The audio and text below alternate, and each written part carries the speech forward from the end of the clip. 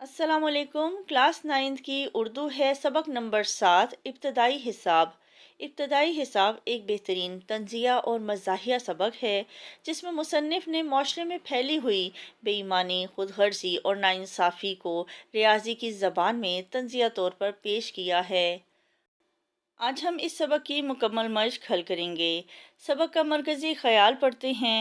इब्तदाई हिसाब एक मज़ाहिया सबक है। इसमें हिसाब के इब्तदाई कवायद को मज़ाहिया तौर पर बयान किया गया है।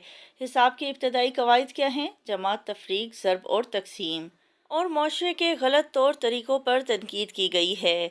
मुसन्निफ़ ने मुआशरे में फैली हुई बेईमानी, खुदगर्जी और नाइंसाफ़ी को रियाजी की ज़बान में तंज़िया तौर पर पेश किया है। सबक के मुताबिक दुरुस्त जवाब का इंतखाब करें। नंबर 1, हिसाब का कदीम ज़माने से इस्तेमाल होने वाला कायदा है। जवाब है तफरीक। नंबर 2, सबक में सबसे ज़्यादा किन मसाइल का पोशीदा तरीके से ज़िक्र किया गया है? जवाब है माशरती। नंबर 3, किसी की कही हुई बात को उन्हीं अल्फाज में बयान करने को कवायद में क्या कहते हैं? जवाब है मकूला। माकूला कहते हैं किसी दाना मशहूर शख्सियत या बुजुर्ग की कही हुई बात को। नंबर 4, दर्ज झैल में से कौन सी इस्तिलाह को मजाजी मानों में इस्तेमाल किया जाता है? जवाब है इस्तिआरा।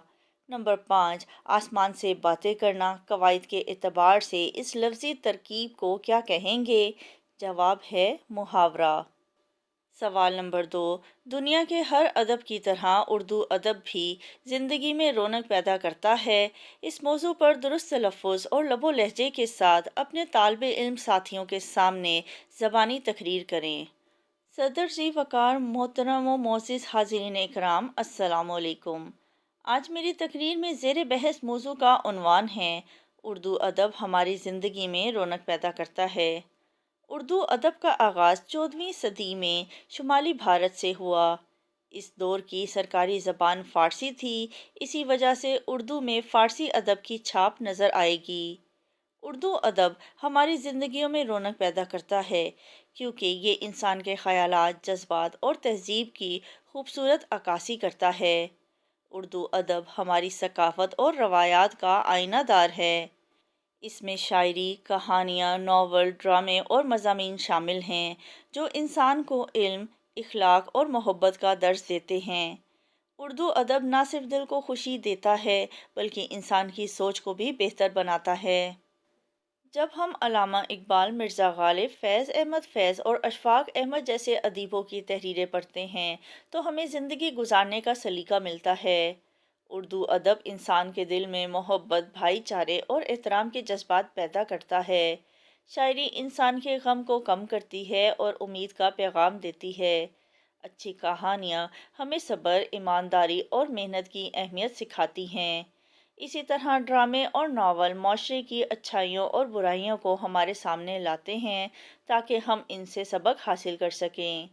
आज के दौर में अगरचे लोग मोबाइल फ़ोन और सोशल मीडिया में मसरूफ़ हैं, लेकिन उर्दू अदब की अहमियत आज भी कायम है। हमें चाहिए कि हम उर्दू किताबें पढ़ें, शायरी सुनें और अपनी कौमी ज़बान से मोहब्बत करें। जो कौम अपनी ज़बान और अदब को भूल जाती हैं, वो अपनी पहचान खो देती हैं।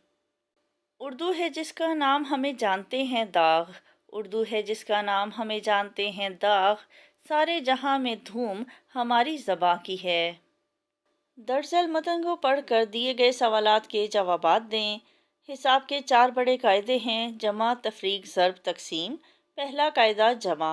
जमा के कायदे पर अमल करना आसान नहीं, ख़ुसूसन महंगाई के दिनों में सब कुछ खर्च हो जाता है, कुछ जमा नहीं हो पाता। जमा का कायदा मुख्तलिफ़ लोगों के लिए मुख्तलिफ है। आम लोगों के लिए 1 जमा 1 2 होता है या 1-1, क्योंकि 1/2 हिस्सा इनकम टैक्स वाले ले जाते हैं। तिजारत के कायदे से जमा करें तो 1 जमा 1 का मतलब 11 है, यानी बिजनेस में आम नौकरी की निस्बत पैसा ज़्यादा है। रिश्वत के कायदे से हासिल जमा और ज़्यादा हो जाता है, यानी अगर आप रिश्वत लेते हैं तो फिर आपका हासिल जमा जो पैसा है वो ज़्यादा हो जाता है। सवालात के जवाबात। सवाल नंबर 1, हिसाब के बड़े कायदे कितने हैं? जवाब है हिसाब के 4 बड़े कायदे हैं: जमा, तफरीक, ज़र्ब और तक़सीम। सवाल नंबर 2, किन दिनों में जमा के कायदे पर अमल करना आसान नहीं? जवाब है, महंगाई के दिनों में जमा के कायदे पर अमल करना आसान नहीं। सवाल नंबर 3, महंगाई के दिनों में जमा के कायदे पर अमल करना आसान क्यों नहीं होता? जवाब है, महंगाई के दिनों में जमा के कायदे पर अमल करना आसान नहीं होता, क्योंकि महंगाई के दिनों में सब कुछ खर्च हो जाता है, कुछ जमा नहीं हो पाता। सवाल नंबर 4, आम लोगों के लिए जमा का क्या कायदा है? जवाब है, जमा का कायदा मुख्तलिफ लोगों के लिए मुख्तलिफ है। आम लोगों के लिए एक जमा एक दो होता है या एक मनफी एक है। सवाल नंबर 5, तिजारत से जमा करने का कायदा क्या है? जवाब है, तिजारत के कायदे से जमा करें तो एक जमा एक का मतलब 11 है। सवाल नंबर 4, शौकत थानवी, शफीकुर रहमान, पतरस बुखारी और मुश्ताक अहमद यूसुफ़ी उर्दू मज़ा निगारी में रोशन सितारों की मानद हैं। मुख्तलिफ तलबा इनमें से दो दो मज़ा निगारों की तहरीरें पढ़ें और इनकी तहरीरों की गर्ज़ो गायत कहते हैं मतलब और मकसद और साख्त को पेश नज़र रखते हुए इनका मुनासिब और मुहतात मुआजना करें और मुसन्निफ़ीन का अंदाज़े बयां समझ कर इस पर तबसरा करें। शौकत थानवी, शफीकुर रहमान, पतरस बुखारी और मुश्ताक अहमद यूसुफ़ी उर्दू अदब के वो नामवर मज़ा निगार हैं जिन्होंने अपने मुनफरिद अंदाज़े तहरीर से उर्दू अदब को नई बुलंदियों तक पहुँचाया। इन सब की तहरीरों में मज़ाह के साथ साथ मौशरती मसाइल, इंसानी कमज़ोरियाँ और ज़िंदगी की हकीकतों की झलक नुमायाँ तौर पर नज़र आती हैं। हर अदीब का अंदाज़े बयां और मकसद एक दूसरे से मुख्तलिफ है। शौकत थानवी की तहरीरें दिलचस्प और इस्तिलाही होती हैं। वो अपनी तहरीरों में रोज़मर्रा ज़िंदगी के मसाइल, लोगों की आदतों और माशरती कमज़ोरियों की निशानदही करते हैं। मज़ा हल्का फुल्का और शगुफ्ता होता है। वो रोज़मर्रा ज़िंदगी के छोटे छोटे वाक़यात को इस अंदाज में बयान करते हैं कि कारी बे इख्तियार मुस्कुरा उठता है। उनकी ज़बान आसान और आम फहम होती है। अच्छा कारी कहते हैं पढ़ने वाले को। शफीकुर रहमान की तहरीरों में मोहब्बत, दोस्ती, नौजवानों की ज़िंदगी और कॉलेज के वाक़यात को नहायत दिलकश अंदाज में पेश किया गया है। इनका अंदाज नरम, शाइस्ता और दिल मोह लेने वाला है। इनके मज़ाह में तंज़ कम और खुशगवार शगुफ्तगी ज़्यादा पाई जाती है। पतरस बुखारी की तहरीरें ज़हानत, नफासत और गहरे मुशाहिदे पर मबनी होती हैं। वो मामूली बात को गैर मामूली अंदाज में पेश करने का हुनर रखते हैं। उनकी तहरीरों में तंज और मज़ा एक साथ चलते हैं। पतरस बुखारी इंसानी आदात और माशरती रवैयों पर नहायत बारीक बीनी से तबसरा करते हैं। उनकी ज़बान शाइस्ता, बामुहावरा और अदबी चाशनी से भरपूर होती हैं।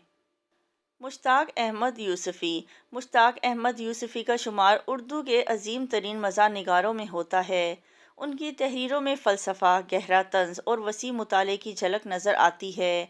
वो मज़ाह के ज़रिए इंसानी नफ्सियात, माशरती तज़ादात और ज़िंदगी के तल्ख़ हक़ाइक़ को बयान करते हैं। उनका असलूब नहायत मुनफरिद, इल्मी और फ़िक्री होता है। सवाल में दो मज़ा निगारों की तहरीरों के बारे में पूछा गया है। मैंने चारों के बारे में लिख दिया है। आपको अब इनमें से जो आसान लगे वो आप लिख सकते हैं। सवाल नंबर 5, किसी रिसाले, किताब या अखबार से किसी ऐसी तहरीर का इंतखाब करें जिसमें किसी आलमी मसले का जिक्र किया गया हो और उस्ताद मोहतरम की रहनुमाई में इस आलमी मसले के हल की तजावीज़ भी पेश करें। ठीक है, आलमी मसला हमारा क्या है? वो है माहौलियाती आलूदगी। आज के दौर में माहौलियाती आलूदगी एक बड़ा आलमी मसला बन चुका है। दुनिया भर में फैक्ट्रियों का धुआं, गाड़ियों से निकलने वाली जहरीली गैसें, प्लास्टिक का बेजा इस्तेमाल और जंगलात की कटाई माहौल को शदीद नुकसान पहुंचा रही हैं। इस आलूदगी की वजह से ज़मीन का दर्जा हरारत बढ़ रहा है, मौसमों में तब्दीली आ रही है और मुख्तलिफ बीमारियां फैल रही हैं। अखबारात और रसाइल में अक्सर इस मसले पर मज़ामीन शाया होते रहते हैं ताकि लोगों में शऊर पैदा हो। माहौलियाती आलूदगी की कमी के लिए तजावीज़। माहौलियाती आलूदगी के हल के लिए ज़रूरी है कि ज़्यादा से ज़्यादा दरख्त लगाए जाएं और जंगलात की हिफाजत की जाए। हुकूमत को चाहिए कि फैक्ट्रियों और गाड़ियों से निकलने वाले धुएं को कम करने के लिए सख्त कवानीन बनाए। आवाम को भी प्लास्टिक के इस्तेमाल में कमी करनी चाहिए और सफाई का ख्याल रखना चाहिए। اگر ہم سب مل کر کوشش کریں تو اپنے ماحول کو صاف اور محفوظ بنا سکتے ہیں۔ سوال نمبر 6، جملے کی ساخت، بناوٹ، ضرب المثل اور روزمرہ محاورے کے لحاظ سے درج ذیل غلط فقرات جملوں کی درستگی کریں۔ پہلا جملہ ہے، آج کل ہر طرف آپ کی طوطی بولتی ہے۔ درست جملہ ہے، آج کل ہر طرف آپ کا طوطی بولتا ہے۔ اس محاورے کا مطلب یہ ہے کہ کسی کا بہت مشہور ہونا۔ گائے کے آگے بانسری بجانا۔ درست جملہ ہے، بھینس کے آگے بین بجانا۔ اس کا مطلب ہے کسی ناسمجھ انسان کو اچھی بات سمجھانا، یعنی فضول محنت کرنا۔ یہ منہ اور مونگ کی دال۔ درست جملہ ہے، یہ منہ اور مسور کی دال، یعنی اپنی حیثیت سے بڑھ کر خواہش کرنا۔ گدھے بیچ کر سونا۔ درست جملہ ہے، گھوڑے بیچ کر سونا، یعنی بے فکری اور اطمینان سے سونا۔ بلی کے منہ میں چھیچڑے۔ درست جملہ ہے، بلی کے خواب میں چھیچڑے، اور اس کا مطلب ہے ہر وقت اپنی پسندیدہ چیز کے بارے میں سوچتے رہنا۔ لال سرخ ہونا۔ درست جملہ ہے، لال پیلا ہونا۔ اس کا مطلب ہے بہت غصے میں آنا۔ ماں اپنے جواں بیٹے کی موت پر 12 آنسو روئی۔ درست جملہ ہے، ماں اپنے جواں بیٹے کی موت پر 8 آنسو روئی۔ آب زمزم کا پانی بڑا بابرکت ہوتا ہے۔ درست جملہ ہے، آب زمزم بڑا بابرکت ہوتا ہے۔ آپ کہتے ہیں پانی کو، تو پانی کا لفظ ہم 2 دفعہ استعمال نہیں کریں گے۔ اب پچھتائے کیا ہوت جب چڑیاں چگ گئیں دانے۔ درست جملہ ہے، اب پچھتائے کیا ہوت جب چڑیاں چگ گئیں کھیت۔ اس کا مطلب یہ ہے کہ وقت گزر جانے کے بعد افسوس کرنے کا کوئی فائدہ نہیں ہوتا۔ وہ پریشانی میں آسمان ہاتھوں پر اٹھا لیتا ہے۔ درست جملہ ہے، وہ پریشانی میں آسمان سر پر اٹھا لیتا ہے۔ میری چشم میں درد نہ ہوتی تو میں تمہاری سالگرہ پر ضرور آتی۔ درست جملہ ہے، میری چشم میں درد نہ ہوتا، چشم یعنی آنکھ میں، تو میں تمہاری سالگرہ پر ضرور آتی۔ 3 جاپانی کو پہماؤں نے کو ہمالیہ کا پہاڑ سر کر لیا۔ درست جملہ ہے، 3 جاپانی کو پہماؤں نے کو ہمالیہ سر کر لیا۔ کو کہتے ہیں پہاڑ کو، تو پہاڑ کا لفظ 2 دفعہ نہیں استعمال ہوگا۔ سوال نمبر 7، اس سبق کے اہم نکات اس طرح لکھیں کہ اس کا خلاصہ تحریر ہو جائے۔ حساب کے 4 بڑے قاعدے ہیں: جمع، تفریق، ضرب اور تقسیم۔ جمع کے قاعدے پر عمل کرنا آسان نہیں ہوتا، خاص طور پر مہنگائی کے دنوں میں سب کچھ خرچ ہو جاتا ہے۔ عام لوگوں کا کچھ پیسہ انکم ٹیکس والے لے جاتے ہیں، کچھ رشوت میں چلا جاتا ہے۔ عام لوگوں کے قاعدے میں 1 جمع 1 2 ہوتا ہے، جبکہ تجارت کے قاعدے میں 1 جمع 1 11 ہوتا ہے۔ زبان، نسل اور مذہب کی بنیاد پر لوگوں میں فرق پیدا کرنا تفریق کہلاتا ہے۔ تفریق کا مطلب ہوتا ہے نکالنا۔ کچھ خود نکل جاتے ہیں، کچھ زبردستی نکالنا پڑتا ہے۔ جو لوگ زیادہ جمع کر لیتے ہیں وہی زیادہ تفریق بھی کرتے ہیں۔ عام لوگ تفریق کو پسند نہیں کرتے کیونکہ حاصل تفریق کچھ نہیں آتا۔ تیسرا قاعدہ ضرب کا ہے، جس میں ضرب کی اقسام جیسے ضرب شدید، ضرب خفیف اور ضرب کاری شامل ہیں۔ ایک ضرب کی اقسام میں پتھر کی ضرب، لاٹھی کی ضرب اور بندوق کی ضرب وغیرہ شامل ہے، اور ایک علامہ اقبال کی ضرب کلیم بھی ہے۔ ضرب کے قاعدے سے سوال حل کرنے سے پہلے تعزیرات پاکستان پڑھ لینی چاہیے۔ تقسیم حساب کا بڑا ضروری قاعدہ ہے، سب سے زیادہ جھگڑے اسی پر ہوتے ہیں۔ تقسیم کا مطلب ہے بانٹنا، یعنی مل بانٹ کر کھانا چاہیے۔ دال تک جوتوں میں ڈال کر کھاؤ ورنہ اس سے بھی قبض ہو سکتی ہے۔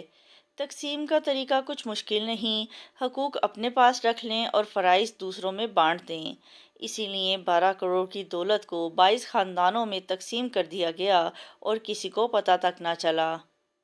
سوال نمبر 9، دیے گئے محاورات اور ضرب الامثال کی نشاندہی کریں اور محاورات کے سادہ اور مرکب جملے بنائیں۔ ٹھیک ہے، درہم برہم ہونا یہ محاورہ ہے، اس کا مطلب ہے بے ترتیب ہو جانا یا کسی چیز کا خراب ہونا، تباہ ہو جانا۔ جملہ ہے، اس کا شدید طوفان کی وجہ سے مواصلات کا نظام درہم بھرم ہو گیا۔ جس کی لاٹھی اس کی بھینس، یہ ضرب المثل ہے۔ ضرب المثل کہتے ہیں کسی مختصر بات یا جملے کو جو کسی نصیحت یا تجربے کی بنیاد پر مشہور ہو جائے۔ جملہ ہے، اس کا ملک میں جس کی لاٹھی اس کی بھینس کا قانون ہے۔ آنکھیں بچھانا یہ محاورہ ہے، اس کا مطلب ہے بہت عزت اور احترام سے استقبال کرنا۔ مہمانوں کی آمد پر گاؤں والوں نے آنکھیں بچھا دیں۔ غرور کا سر نیچا یہ ضرب المثل ہے، اس کا مطلب ہے تکبر کرنے والا آخر میں رسوا ہوتا ہے۔ جملہ ہے اس کا تاریخ گواہ ہے کہ غرور کا سر نیچا ہوتا ہے۔ 9 2 11 ہونا یہ محاورہ ہے، اس کا مطلب ہے کہ غائب ہو جانا یا فرار ہو جانا، ٹھیک ہے۔ اس کا جملہ ہے شہر کراچی میں راہزن پلک جھپکتے موبائل چھین کر 9 2 11 ہو جاتے ہیں۔ ناک میں دم کرنا یہ محاورہ ہے، اس کا مطلب ہے بہت تنگ کرنا۔ جملہ ہے اس کا اس شرارتی بچے نے تو گھر کے ہر فرد کی ناک میں دم کر رکھا ہے۔